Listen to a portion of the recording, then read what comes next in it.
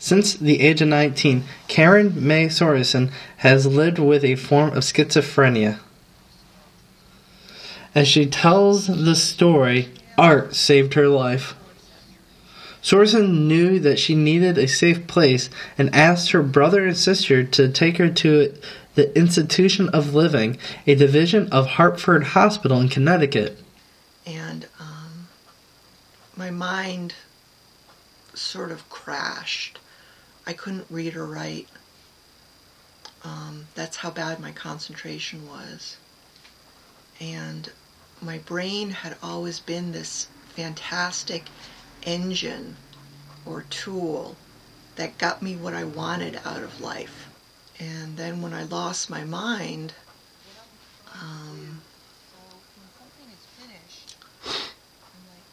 I didn't know how to define myself anymore. One of the ways Sorensen worked to build her battered self-esteem was...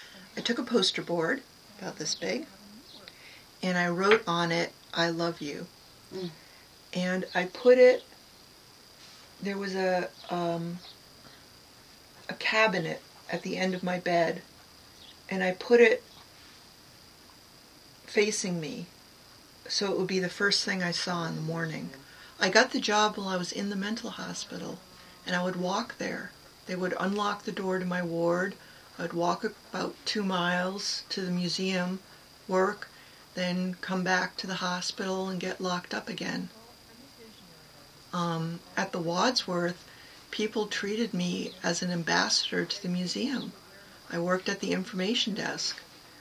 People treating me just as a normal person, you know, that was not like a patient, not like a person who's mentally ill, just like, oh, information desk. In terms of art, she said she was a self-taught artist. I consider myself a visionary artist, which means I kind of have visions. I just kind of see the work, and sometimes there's a sketching process where I kind of find the images. She went to art school for a semester but dropped out because of her disability. I had to leave art school because I have a disability, and that affects how long I can concentrate. And in art school, there seemed to be 2 kinds of classes. There were classroom classes where you got assignments and you went home and you did the artwork at home. And then there were studio classes, and those could be 3 to 5 hours long. And you were doing work with other students, with the instructor, and I couldn't concentrate for 3 to 5 hours with other people around me.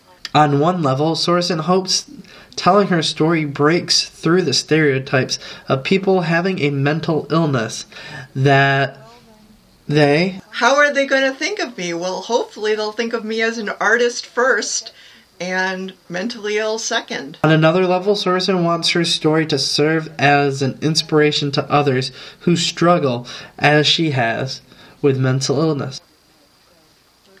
I suppose it depends who the person is and why they're coming to my blog.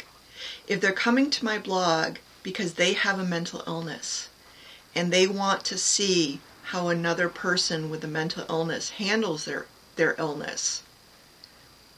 For the mentally ill, I hope my blog is a source of inspiration. Just a little voice saying, you can do it, you can get through this, you can have a good life, because see, I have a good life.